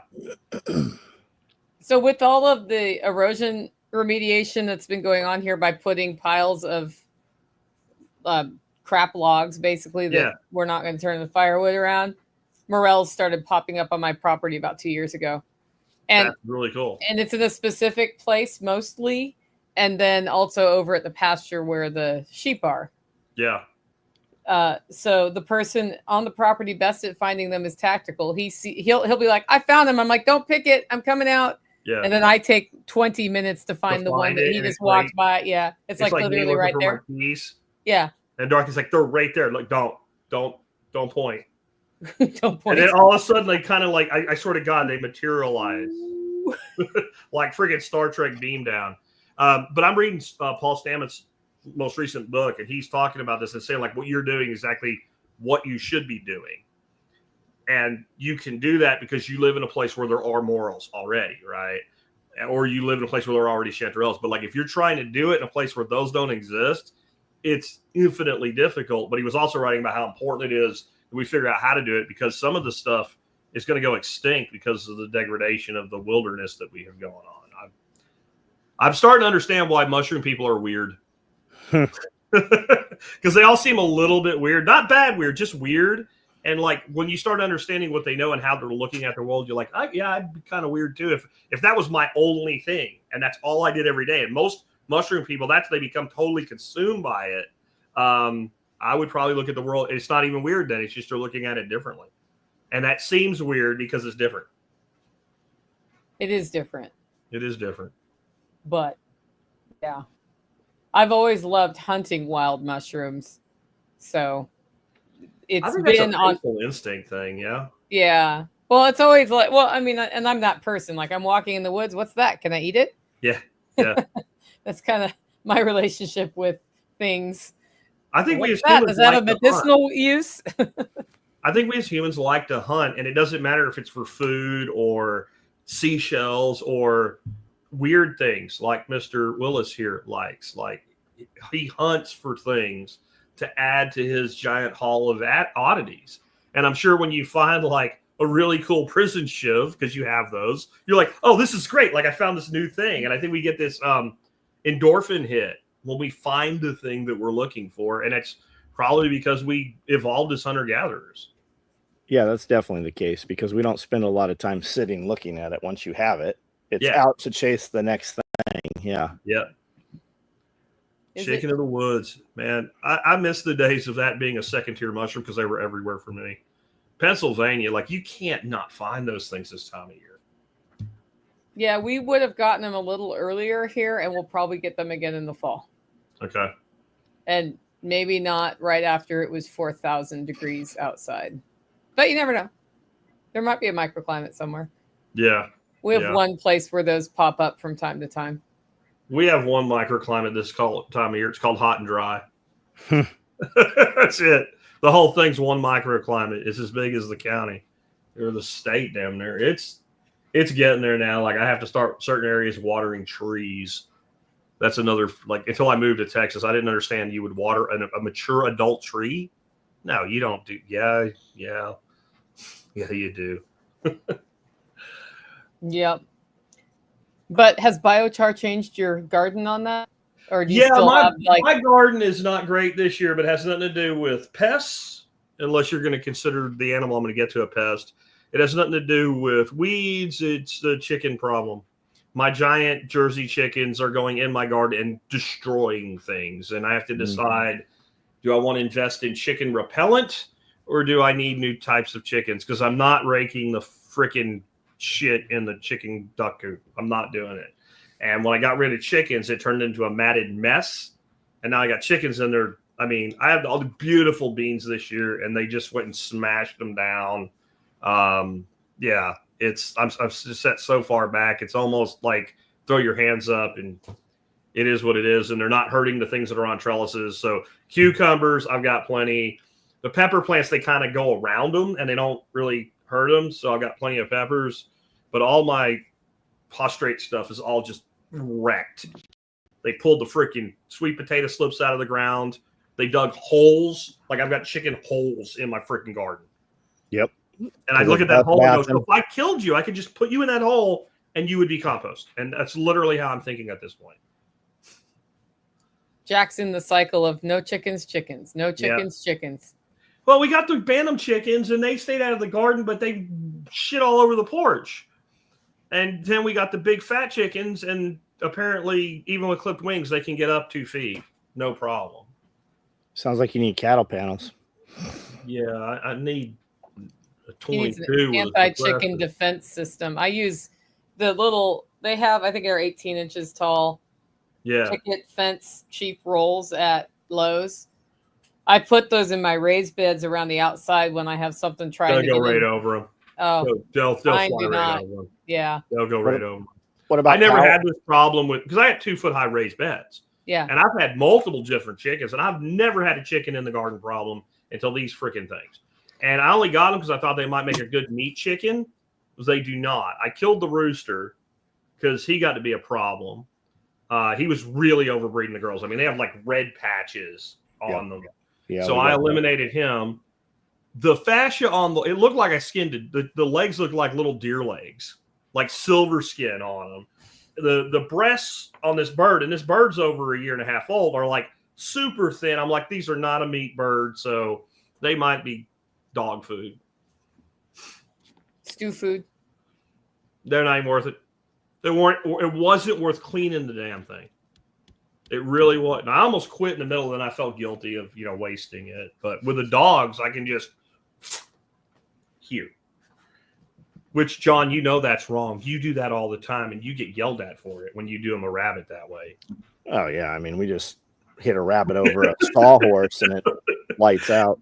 I just saw those people losing their mind on you that one time, and I'm like, they're like, that dog's gonna get sick. Like, what do you think a canine in the wild eats? Yeah. Yeah, those are the same. Great week. Those are the same crazy cat people that are trapping wild cats and castrating them and trying to adopt them out as pets. Yeah, because feral cats always turn into such warm, loving critters, Sometimes they do. Some, but how feral? For how long? Right. And there's always a better option. I've seen people take some pretty decent approaches to it where they start feeding them. And they put like a chemical that basically sterilizes them in their food. And then they just stop reproducing. So you don't have like 8,000 cats at the local park. Okay, I get that. Or you could trap them and you could sterilize them and release them. Or you could just eliminate them. I know that sounds horrible, but. Yeah. So we have a question from Colin that was answered in the comments. Can mushroom growers make more nutrient-dense mushrooms than something found in the wild? And then Divine Fungi says, in my experience, just growing mushrooms inside changes the color, texture, and smell so much. I'd say indoor grow mushrooms are 50 to 70% the quality of the same species grown outdoors. So I don't know. I don't really think that's the case. The primary difference in indoors versus outdoors is your CO2 oxygen ratio and the lighting. And that's more of a form than a nutrient quality thing. It'd be interesting, like 2 of the same oyster mushrooms and have a spectrographic analysis done, but I don't know that they're less or more, and I don't know that you can do anything to make them more. I think that will always be a function of what are they decomposing. So it might be that a particular mushroom growing outside might be more nutrient dense because of what it's growing on. Where when you're growing indoors, generally you're using waste products. You're using, oysters, straw is common. Most other mushrooms we grow indoors, we're going to use things like sawdust. And the number one easily acquired version of that now is hardwood pellets. And you pour hot water on them and you get perfect mushroom substrate. A lot of people are growing with coconut coir as well. I don't know, but I don't think there's probably a dramatic difference. But then again, like, what are you talking? Because is it apples to apples? If they're both golden oysters or they're both blue oysters, that's one thing. But, you're not growing chanterelles indoors. You're unlikely to be growing maitake. It can be done, but it's really difficult. So those types of mushrooms, they have a biological relationship with this larger ecosystem that we, like I said, we don't fully understand. So we're not going to replicate that indoors. But an oyster mushroom pretty much is a very aggressive fungi that decomposes carbon. I don't think there's much difference. And the color is primarily a function of light. So if you increase your light, you're going to get different colors. And the form itself is primarily a function of how much CO2 and how much oxygen. Most people grow trippy mushrooms indoors. No, they don't. Many people do, but I wouldn't say most people do. Don't those just grow? A lot of them do just grow. But, okay, like the other side of that one, though, is, are you sure? Right? When you turn the cow patty over and the little purple, are you sure? Right? And are you sure that you got the dosage right? Are you sure it's the same species that you got the dosage on? Because one of my favorite stories was Paul Stamets on Joe Rogan. And he was talking about the first time he ever did psychotropic mushrooms. And he got this whole bag of them. And he had no idea how to use them. And he got no advice. And he's out in the woods camping. And he just eats the whole freaking bag. And it sounds like the scene in Forrest Gump where Lieutenant Dan is up on the mast of the ship. He ends up climbing this tree. He's up in this tree, like 70 feet up in a tree in the middle of a storm, holding onto the tree, rocking back and forth. And he says as he looks out at the other tree swaying in the wind, he can feel his hairs on his arm waving back and forth like he's attached to the other trees. So I'm just going to suggest if you're going to use trippy mushrooms, get some help, know your dosage, and be sure of what you're taking, because that worked out for him. But there was also the chance that he would have decided somewhere in the middle of this, I can fly. I can fly. Because that literally happened to a teacher at like the next school over from mine when I was in Jacksonville, Florida, in grade school. Some kids at a junior high put LSD in a teacher's drink, and she ended up jumping out of like a third-story window in the school. It's not shit to be screwing around with without someone looking after you. Don't do drugs. Don't do drugs irresponsibly. Because I'm not going to say not to do drugs while I'm sitting here drinking coffee. Cheers. Except for it's empty. That was a good video too, huh, Nicole? Which? Oh yeah, the first guy to ever drink coffee. Yeah. Yep. Alertness juice. So I took some beans and I put them in hot water. Did you put them in boiling water? No, that makes them taste terrible. This is going to catch on. I predict in the future there'll be entire buildings dedicated to nothing but alertness juice. And that people will argue over why their way of making alertness juice and their pretentiousness is better than somebody else's. This tastes terrible. It's pretty good if you add sugar and cow boob juice to it. How calorie dense are mushrooms? Not. Let's find out. They have a decent amount of vitamin D in them, actually. Actually. Because I always found it interesting that in the dark of late fall, early winter, there are just mushrooms everywhere and it's dark. Yeah. And then there's D in those. So a pound of oysters will have 150 to 180 calories, 3 grams of protein, 6 grams of carbs, though most are fiber, so good for keto, less than 1 gram of fat, 12 to 14 grams of total protein in a pound of mushrooms. That's not insignificant for something you can grow in your house as easily as you can do it. Yes. But it's not a calorie crop. It's an adjunctive thing, but it's incredibly, I think the health benefits are beyond just things like vitamin D. There's things that we don't understand about mushrooms in general. I mean, I still use every day in my first cup of coffee a half a teaspoon of Sacred 7 mushroom powder every single day. And I feel like it's made a difference in my focus, my mental acuity, all of that. Are you going to shift over to those people who make it fresh? Maybe. I'm going to try theirs. He's supposed to be getting back to me on being in the MSB. He reached out and I said, okay, here's what to do. And then he didn't do it. Yeah. So when people don't do things they say they're going to do, then I stop thinking about them. I gotcha. Yeah. But there are a lot of people a lot of mushroom growers are going into that because they can take all their surplus they can't sell and either dehydrate or freeze dry it, powder it, and either bottle it or capsule it and sell it and have a much more shelf stable, even though it's fresh. It's still like you harvest mushrooms and put them in the refrigerator. You better use them in a day or three, especially most species. Some will hold longer. Like king oyster, they'll get about 14 days without losing anything. Most of them start to go downhill really fast. So it's the same farmer problem that every farmer has. Learning to grow the thing is not hard. Learning to sell the thing and move the thing before it spoils. That's the hard part. So when you do that with a mushroom, you make it shippable. You make it a very high margin product as well. You could go in that business, Nicole. Yeah. Well, you and have a freeze dryer. I do, and I'm in the series of growing mushrooms rather than just hunting them, where I have had success and had the kill shot. But Divine Fungi says there's a compound in oyster mushrooms that helps longevity. The name escapes me, but supposedly it's only beneficial if you eat them once a week. More than that, it loses its benefit. That sounds very complex. How does somebody figure that out? I don't know that I believe that either. If you said you have to eat them at least once a week, I might buy it. Well, he says that you have to eat them once a week, but you're not supposed to eat them more than once. That's a lot. If I'm making a world without rule of law compound, would mushrooms be a waste of space? I can't. I can't either. I can't bother. John, this is all you. That's all you, John.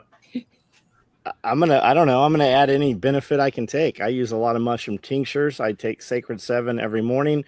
If you've been taking Sacred 7 for a long time, be aware that they have doubled the dosage now. So where I used to take, if it was a teaspoon before, it's now 2. So be aware of that. Someplace in time that has changed, and I've been taking the half dosage all this time. I'm gonna use everything that I can possibly take that gives me an advantage. So if we're putting it up for without rule of law, why not have the knowledge now how to grow it? It'll be easier then.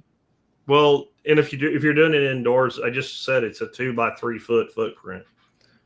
I struggle to understand the person who would be like, I got something everywhere.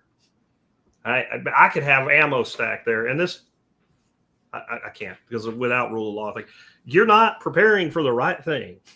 I know you're preparing for without rule of law. What you better be preparing your asses for is excessive rule of law. I did a video on this before I even knew who Nicole Sauce was. That's how long I've been talking about it. They've got these automated Viosun tents that are 4x4.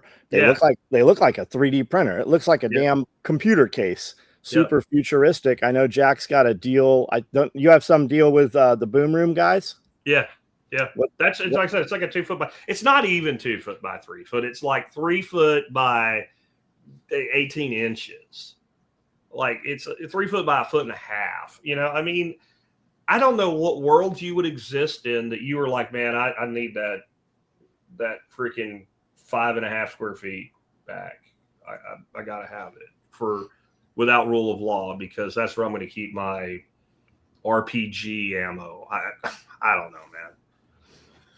Yeah, it's the things that these people think they're preparing for. If those things actually happen and you're a problem, they're going to drop one cluster munition on your fucking head and you're going to be irrelevant. Like we have munitions, we refer to them in the military as grid square eliminators. Well, I mean, I look at it as, I have people come in, and Glenn was like, hey, do you want me to get rid of all this scrap metal? I'm like, no, I'm keeping all that scrap metal. It's not in my way at all. And if society ever collapses, I might need that scrap metal. Yeah. I keep that. I get what he's saying. I keep a ton of shit around, like old jars that I've never used, yet I have 80,000 egg crates. So if I ever have to go in the egg business, and they're not in my way. I mean, I have shipping containers. I got you. You got space. And I get what he's saying. I got space. And it can be a detriment, though, because then you do the kind of shit you're talking about.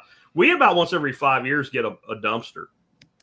And we clean shit out, because I'm a junk man. I'm from a long line of junk men. I can't imagine what waits for me after my dad passes and I have to go clean that place out.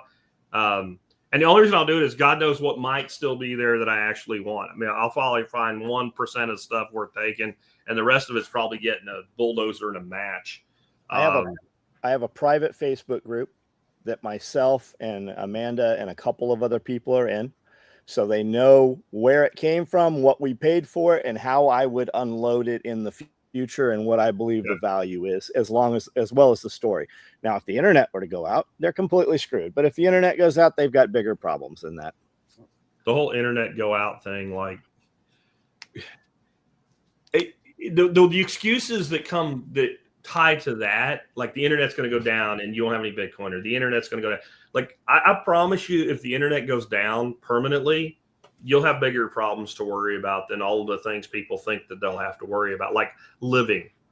Sure. Like that will be your problem, because for the internet to go down and stay down, and I'm not talking about your neighborhood, right? Because the infrastructure got damaged in a storm. I'm talking about like mass out everywhere.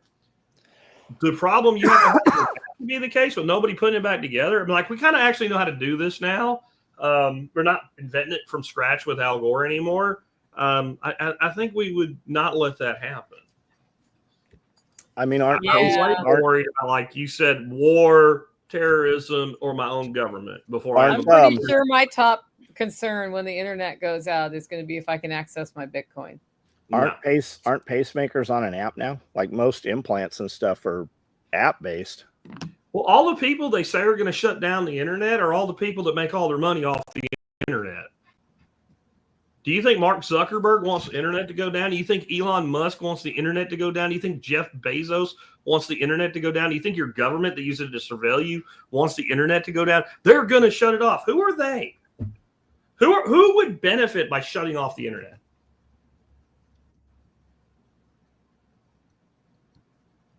See how quiet it got? There is no answer to that question. I just believe these people are evil, but they do things that benefit them. And I don't see any way that they benefit from that. It's the best mass control device they've ever had. Sure, we use it to push back and to fight back, but we're the vast minority.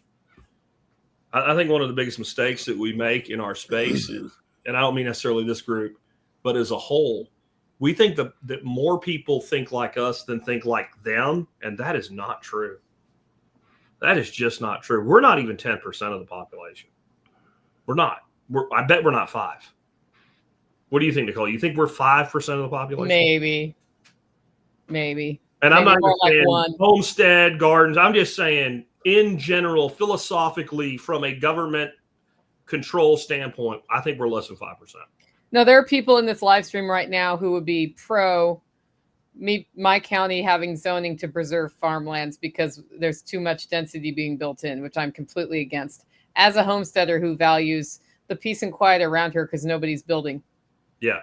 I think the minute you put that control in those hands, it's the tool by which the opposite of that will eventually happen. Because they want tax revenue. But I have been in debates with people in our community who are very active in our community who are like, yeah, but we need to protect the farmland. And I'm like, here's how you protect your farmland. You buy your farm. Yep. You run your farm and you get your friends to buy the farm next to you and they run their farm and then we keep the government out of our face. That's the best. And way. Every time somebody says the word zoning, you punch it right back up their ass. Because if there is no zoning, then you can't zone out the farm. Because every weapon is eventually turned around on its creator. Yeah. Every single time. I mean, it's what we're doing with the internet, isn't it? Like I said, it's a mass surveillance, a mass control device, and we use it for the exact opposite. But we're little and they are big. So if they get zoning into your place where there is no zoning, they will use it against you eventually. And because the next thing that will come are boilerplate codes to protect the farmers. Oh, this farm has to go and that farm has to go and that farm. How you put mom and pop farms out of business. That's how you do it. You pair it with, you make it so they can't break off 5 acres to pay off debt or pay off tax debt, and then they lose the whole thing. They have to sell the whole thing. And then it's not worth as much because you can't be flexible with it. And then a developer buys it and they get it rezoned because they have the capacity to pay for the process of getting it rezoned. And then they make it into a housing development. Go look at it, like go to Texas sometimes and look at some of those housing developments that are out there, or Oregon, or like I literally left Oregon because this is one of the big things. It wasn't just the rain. Why does the farmer sell his farm to a subdivision developer in the first place? Because he wants the money. Because he can't make money with the farm anymore. Yeah, massive amount of money. And he doesn't have any. The farmer isn't a farmer.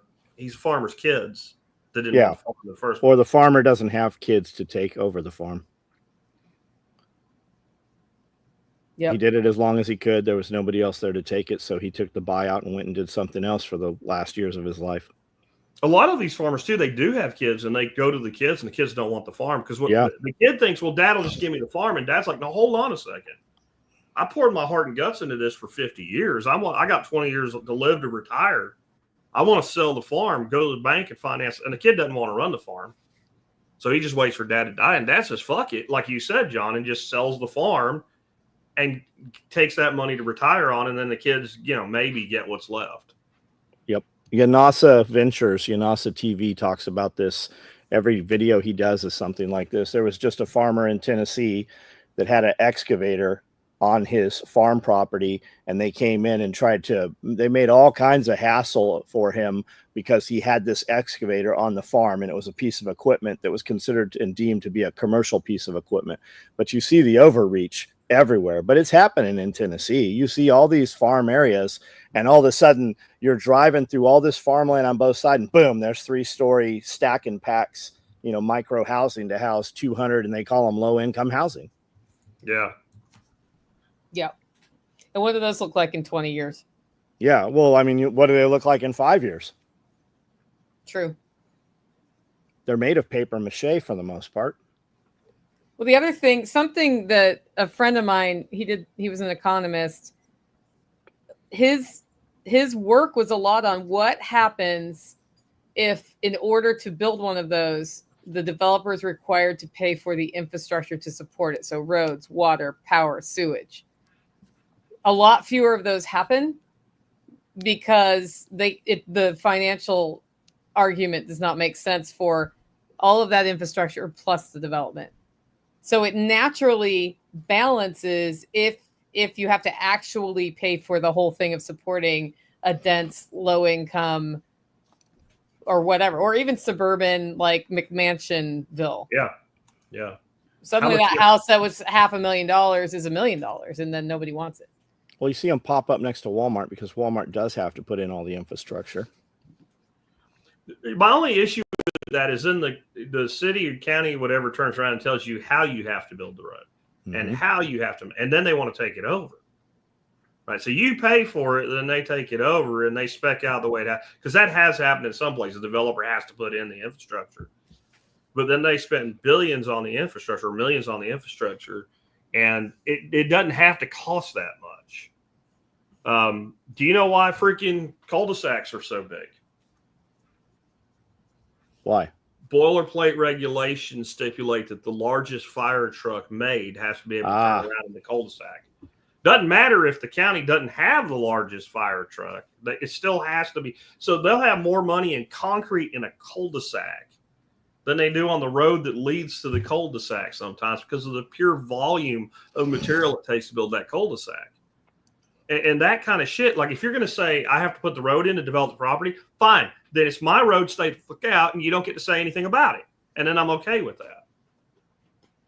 But what if it's not right? That's up to the person buying the house. They can evaluate that for themselves and decide if I want to sell the houses I'm developing, then I need to put in infrastructure in that'll make my customers happy. Like the market actually has a solution to problems. It's crazy. Do we want to talk about UBI? Only other than what I said about it, I think UBI is like plugging a power strip into itself and thinking you made something. That's like, where's the money going to come from to fund it? We'll tax people. Who? The rich people. Who's the rich people? You're the rich people. The 1%. People don't realize that when they say that. They are the rich people usually. Yeah. Yeah. We'll print it. Okay. So then if we could wave a magic wand and make UBI a thing and say, you know what, you should be able to live reasonably well on $60,000 a year. That's $5,000 a month. And we said every person that's over 18 that lives by themselves gets $5,000, and maybe married couples get $7,500, and we just did that. The inflationary effect of that would offset it to where it might as well be nothing in a year or two. Because when everybody has money and everybody spends money, what happens to the price of all the goods? They go up, right? Because just think about it's like I'm talking about economic literacy here. What is the first thing a car salesman asks you when you go to buy a car? They never ask you, what's your price range? They ask you what payment are you trying to get into? For 9 years. They tell you a payment. So you get a number, it's $550 a month. What's your down payment? I have $5,000. There's your section of cars you can look at. And that's how everything works in our society. Everything's credit. Everything that we buy is actually a liability instead of an asset. We buy a payment. So if you start giving people that amount of money, they just immediately allocate it to what they can afford in payments. And you don't get more houses by printing more money. So you start back to the old problem. You got more dollars chasing less goods. We have a supply side issue with housing. We don't have a capital side issue. There's not enough supply for the people that want to buy houses, or the kind of houses they want to buy that they can afford where they want to live. And most of it, not all of it, most of it's due to regulation. But we can't talk about that because no, you can't get rid of regulation. I mean, why can't I very simply go out and raise some money, buy 20 acres, and start putting up 800 square foot small homes, not even tiny homes, all off grid, and just start selling them? Why can't I do that? Because I can't. I mean, I can get there, but I can't just do it. I can't just go. Like, once you own the land, shouldn't you just be able to do that? Wouldn't that solve a lot of problems? I could probably do that, and I could probably sell that house sitting on a half acre. It'd probably be a dirt road going to it and a gravel driveway. But I could probably do that, and my cost of production be about $35,000. I could sell them for $65,000 and fill every one of them right now if I was allowed to do it. And if you look at 100 years ago, how housing rolled out, that is why we have a rich breadth of different sized homes near each other. One of my favorite things about driving around the back roads of Tennessee is big, luxurious house with a pool and fields of hay right next to single wide. Yep. Mm-hmm. I love it. And that's true diversity. Yep. And that's what they're trying to get rid of. Where I grew up, you got little dumpy houses, you got old homesteads, you had big houses. You go into town, which is a town of like 1,300, and you got row houses. And even those are all different one street to the next. That goes back to like the Reading Company and the company store type days. There was still diversity in that. And, you know, getting out of town, when I say go to town, people probably get it wrong. I might get on my bike at my grandma's and drive through 3 towns on a bike back then, right? And not even like in 20 minutes.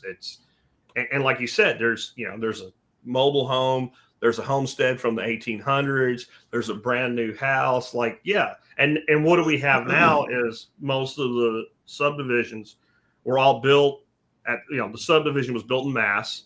It was developed over 1 to 5 years. There's 3 models, and the only divergence then is what color, what kind of siding. This one's brick, this one's, like you pick your little variables in there. And bay window, no bay window. But the big problem is these houses are built in a way that they severely degrade in quality over about 20 years. So if you build them all within a couple of years of each other, they all start to fall apart about the same time. And since everybody bought a payment instead of a house, and they bought a 30-year mortgage, they have 10 more years to pay on the house, and they don't have any money to fix the problems. And the whole neighborhood goes, the whole subdivisions, they all go to shit 20 to 25 years after they're built. You can drive through and see it. And then what did you used to do? 1975, you have a house, you need to fix the roof. You ain't got enough money. You rented out a room, right?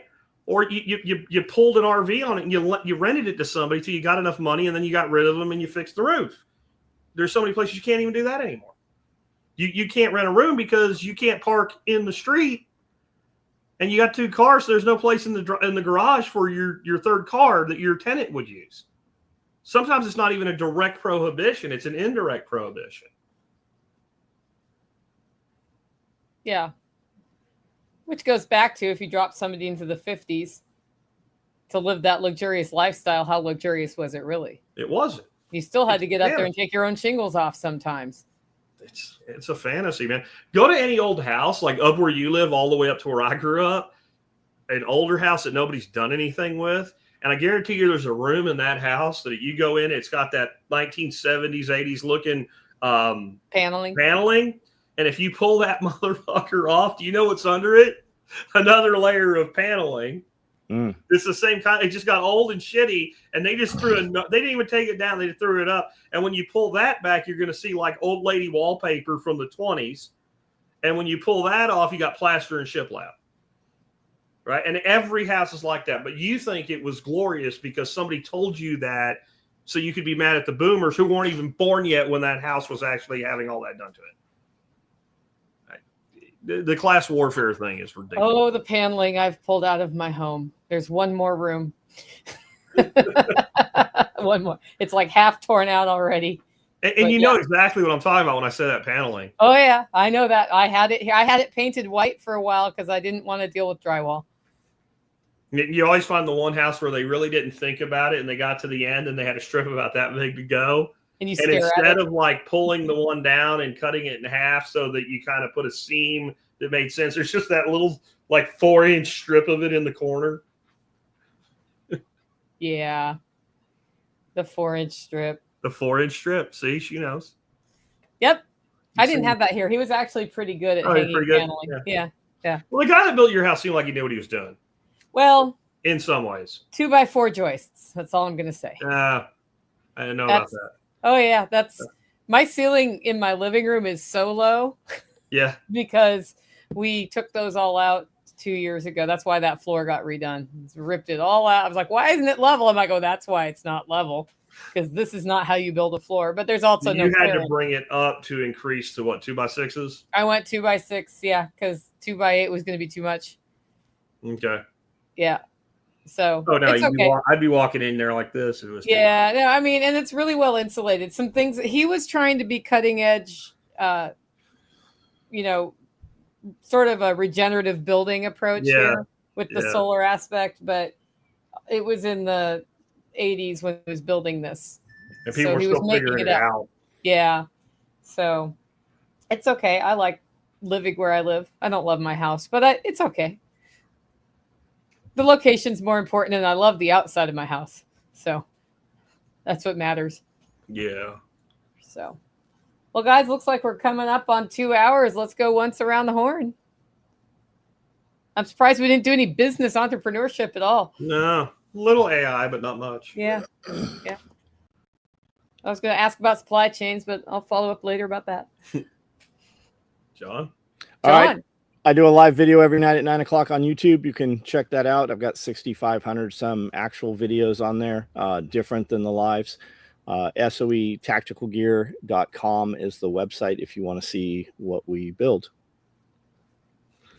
I'm Jack Spirko, host of the Survival Podcast, 17 years running officially last month. We hit 17-year anniversary.